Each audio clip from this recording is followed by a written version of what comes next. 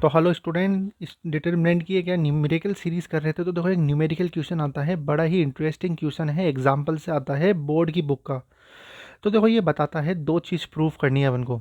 दो चीज़ कैसे करनी है कि सबसे पहले तो ये कोई डिटरमिनेंट देता है जिसके जो डायगनल में देखो कैसे दे रखा है 1+a 1+b 1+c और बाकी सब जगह 1 1 1 है। उसको इक्वल करना है अपन को ABC ब्रैकेट में 1 फिर प्लस 1+a+1+b+1+c और उसको भी इक्वल करना है ABC+BC+CA+AB। तो यार ये क्वेश्चन किस तरह करे, तो देखो जब भी डिटरमिनेंट के क्वेश्चन आए ना, तो अगर तुम प्रॉपर्टी के अंदर मास्टर हो और अगर तुम रो और कॉलम जैसे जो एलिमेंट्री ट्रांसफॉर्मेशन होता है अपन करते हैं ना, रो के अंदर करते हैं या कॉलम के अंदर, अगर उसमें भी अगर आप तुमको समझ है तो ये क्वेश्चन कुछ भी नहीं है। मतलब कुछ भी नहीं है। ऐसे दिखने को तो बड़ा कठिन सा दिख रहा है, लेकिन तुम सोचा करो यार क्या से क्या कर सकते हैं अपन। जैसे देखो मैं एक पहले ओरली बताता हूँ। अपन ए कॉमन निकाल सकते हैं जिससे 1/a बन सकता है, ये ओरली बताया है। इसमें से अपन बी कॉमन निकाल सकते हैं जिससे 1/b बन सकता है। इसमें सी निकाल सकते हैं 1/c कॉमन, तो 1/c बन सकता है। फिर उसके बाद अपन प्लस कर सकते हैं सबको। फिर उसके बाद अपन कॉमन, देखो सोचने की बात होती है, करने से ज़्यादा सोचा करो पहले क्वेश्चन को। 2 मिनट लगा करो कि किस तरह अप्रोच की जाए। अब देखो अपन अप्रोच करते हैं जैसा अपन ने सोचा है। तुम्हें सब कुछ दिख रहा है, क्लियर है सब कुछ, बहुत अच्छी क्वालिटी आ रही है यार तुम्हारे लिए। तो देखो क्या बोला मैंने बोला भाई सबसे पहले किस तरह करें अपन, कुछ भी नहीं करना। सबसे पहले तुम एक काम कर सकते हो।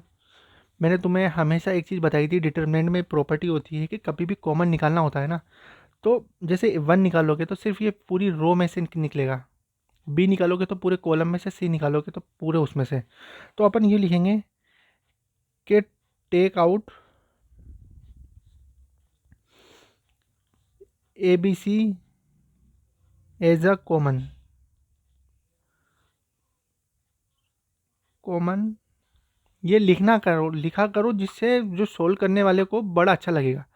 कॉमन फ्रॉम R1 R2 और R3, ये लिखा करो। देखो मैं हमेशा बताता हूँ लिखा करो, तो देखो किस तरह सोल्व होने जा रहा है ये।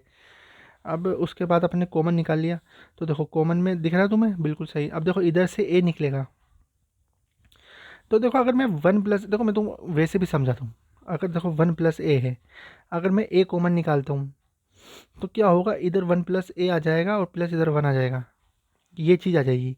अब इसको चेक कैसे करना है, देखो चेक ऐसे करना करो हमेशा, कभी भी कुछ डाउट होना तो ये ए को मल्टीप्लाई कर दो वापस इसके अंदर। तो a/a+a आ गया, और a/a कितना होता है 1+a। तो अपन ने ये जो करा है ये सही करा है, इससे तुम यकीन रखते हो। तो ए में बाहर ए आ गया कॉमन बाहर। देखो 1 में से ए बाहर आता है तो 1/a आता है, तो इधर 1 था, ये चीज़ मैंने तुम्हें सिखाई। तो अब इधर कॉमन निकालने पे क्या आया, 1/a+1 आ गया। 1 से निकलेगा तो 1/a आएगा, और 1 से निकलेगा तो 1/a आएगा। इस तरह बी निकालेंगे तो 1 से तो आएगा 1/b, इससे आएगा 1/b+1, और इससे 1 का आएगा 1/b। इससे सिर्फ बी निकाला है और बी बाहर गए। सी निकालेंगे तो ये आ गया 1/c, 1/c, 1/c+1। अब देखो काफ़ी हद तक अपना ये जो बनी है अपना डिटरमिनेंट वो इस तरह दिखने के लिए लग गया है ना, दिखना स्टार्ट हो गया। अब अपन क्या कर सकते हैं, अब अपन को कुछ भी नहीं करना। अपन को एक काम कर सकते हैं कि भाई 1+1/a तो अपन को मिल गया, 1/b और +1/c अपन को मिल सकता है R2 और R3 से। तो अपन एक काम कर सकते हो आप इसके अंदर, मैंने बोला था देखो एलिमेंट्री ट्रांसफॉर्मेशन अगर आ गए आपको, सब कुछ आ गया, आप लिखोगे भाई अप्लाई कर रहे हो आप, अप्लाइंग R1 में करो। क्या कर सकते हो भाई, दिख भी रहा है सीधा सीधा सा, R1 में कर दो आप R1 plus R2 plus R3 कर दो। तो इससे होगा क्या, इससे ये होगा, देखो ये मैट्रिक्स है, वो मैट्रिक्स का ये डिटरमिनेंट है ए बी सी, मैंने लिखना भूल गया था, इधर सी आ गया, तो सी में तो निकाला मैंने कॉमन। तो अब ये ए बी सी तो चल ही रहा है। अब उसके बाद तो जैसे मैंने ये ऑपरेशन लगाया तो देखो क्या हो गया, इधर बन गया 1+1+a तो चल ही रहा था, लेकिन अब 1+b R2 का और 1+c R3 का ये प्लस हो जाएगा। तो 1+a plus 1 plus b plus 1 plus c, ये हो गया। इधर क्या हो जाएगा, इधर भी सिमिलर देखो 1 plus a plus 1 plus B plus 1 plus 1 plus B plus c, तो इधर आ जाएगा 1 plus a plus 1 plus B plus 1 plus c. ठीक है, अब इधर भी ये हो जाएगा 1 plus a plus 1 plus B plus 1 plus c, ये अपन को मिल गया। और जो R2 R3 में अपन ने कोई चेंज नहीं करा था, तो R2 R3 को आप लिख दोगे 1 प्लस, इधर तो b चल रहा था, देखो इसका 1 प्लस बी, इधर आ रहा था 1 प्लस बी प्लस 1, और इधर आता 1 प्लस बी, 1 प्लस बी नहीं 1 upon B, 1 upon B plus 1 है। इधर आ रहा था 1 अपॉन सी, 1 अपॉन सी और 1 अपॉन सी प्लस 1।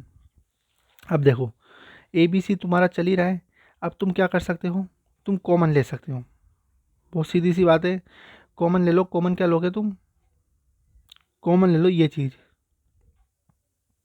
जो तुम्हें दिख रहा है, ये तुम निकाल सकते हो आराम से।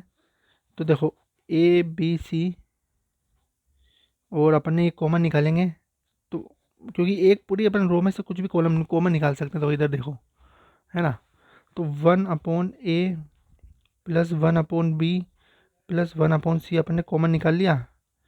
उसके बाद इसमें तो बन गया 1 1 1, और इधर बना है 1 अपॉन बी, वही था 1 upon B plus 1 1 upon B, और इधर था 1 upon C 1 upon C 1 upon C plus 1।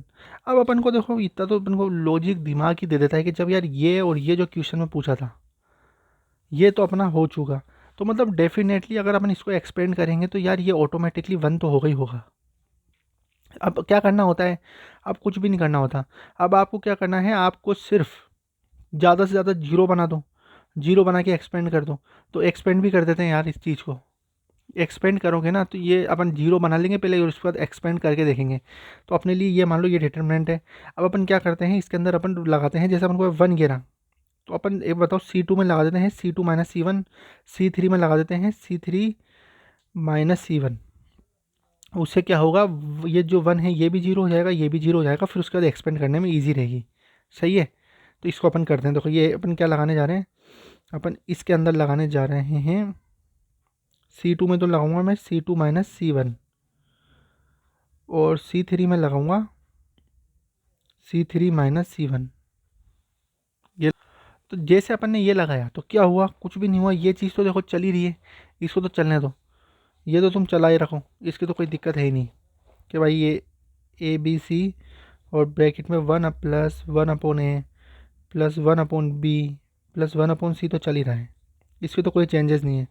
अब क्या हुआ, C1 भाई कॉलम 1 देखो हमेशा याद रखो, कॉलम 1 ये है, कॉलम 2 ये है, कॉलम 3 ये है, ये वाला ऐसे R1 ये है, R2 ये है, R3 अपन ने कॉलम 1 में लगाया है। बच्चे बहुत गलती क्या करते हैं, लिखते C2 है लगा इसमें देते हैं, रो और कॉलम में जब तक तुम समझ लोगे।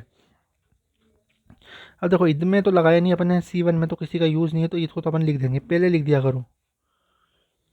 अब उसके बाद C2 माइनस C1 है, देखो C2 माइनस C1, 1 माइनस 1 ये तो ज़ीरो हो गया, 1 plus B plus 1 minus 1 upon B, तो 1 अपॉन बी का प्लस का और माइनस का 1 अपॉन बी तो कट जाएगा, तो इधर बचेगा 1, 1 अपॉन सी माइनस 1 अपॉन सी, ये आ गया ज़ीरो, मिल गई ज़ीरो टर्म। इधर 1 माइनस 1 ये हो गया zero, 1 upon B minus 1 upon B ये हो गया ज़ीरो, 1 अपॉन सी प्लस 1, देखो ये सही ढंग से लिख लेना यार, वो थोड़ा क्या जगह स्पेस कम थी ना जब लिखा में गलत आ गया, 1 अपॉन सी प्लस 1 है, वो अपन ने ऊपर से सोल्व करते आ रहे हैं, इधर से देख सकते हो तुम 1 अपॉन सी प्लस 1 है। तो इधर क्या आ गया, इधर इसको देखो 1 अपॉन सी से 1 अपॉन सी कट जाएगा, तो इधर कितना आ जाएगा, इधर 1 आ जाएगा।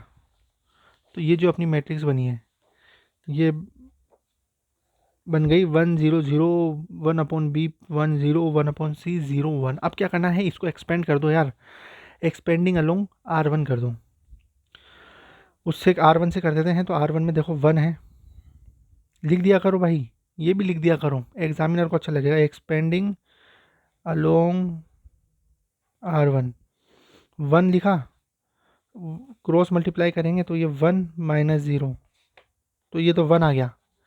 ठीक है, इसकी तो आंसर 1 आ गया।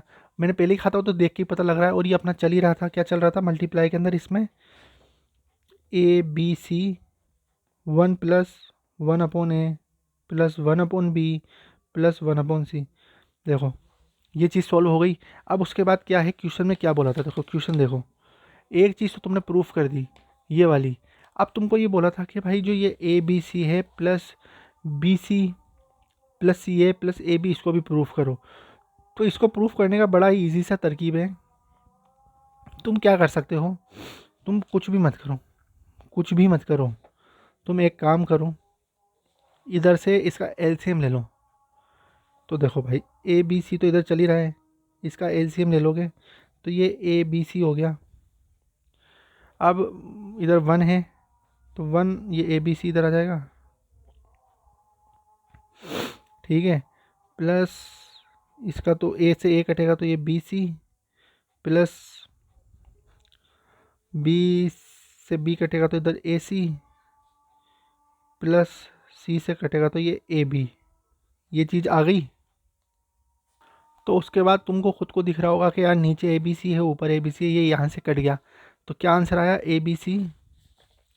जो इसका आंसर है, देखो क्वेश्चन में क्या पूछा था, क्वेश्चन ये नहीं था यार, क्वेश्चन सॉरी गलत, ये क्वेश्चन था A B C plus B C plus C A plus A B, A B C plus B C plus A C plus A B. तो तुम लास्ट में ये चीज़ लिख सकते हो, तुम्हारे लिए अच्छा रहेगा। तुम क्या चीज़ लिख सकते हो कि लास्ट में ये लिख सकते हो कि भाई फैंस, ये चीज़ लिखो, फिर इक्वल टू ये चीज़ लिख सकते हो, क्योंकि ये चीज़ आई भी है अपनी। ये देखो ये यहाँ पर आई थी अपनी, एक तो यहाँ प्रूफ हो गया था, एक्सपेंड करा था 1, फिर ये 1/, ये आ गया था। फिर उसके बाद अपन ने इस चीज़ को एलसीएम लेकर और उसको भी प्रूफ कर दिया। तो मतलब ये इक्वल टू ऐसे लिख सकते हो आप, ये लिख सकते हो A B C 1 plus 1/a plus 1/b plus 1/c equal to A B C plus B C plus A C plus A B, जो कि प्रूफ हो चुकी। तो आप बताओ यार तुम्हें ये क्वेश्चन कैसा लगा, थोड़ा मतलब बढ़िया था क्वेश्चन डिटर्मिनेंट में, है ना। और प्रूफ के बड़े अच्छे आते हैं यार क्वेश्चन। तो अब ऐसे ही अपन नेक्स्ट पार्ट में आएंगे, नेक्स्ट पार्ट में और अच्छा क्वेश्चन लाएंगे। तो बस यार आज के लिए इतना ही रखते हैं आज की वीडियो में, पार्ट 13 में।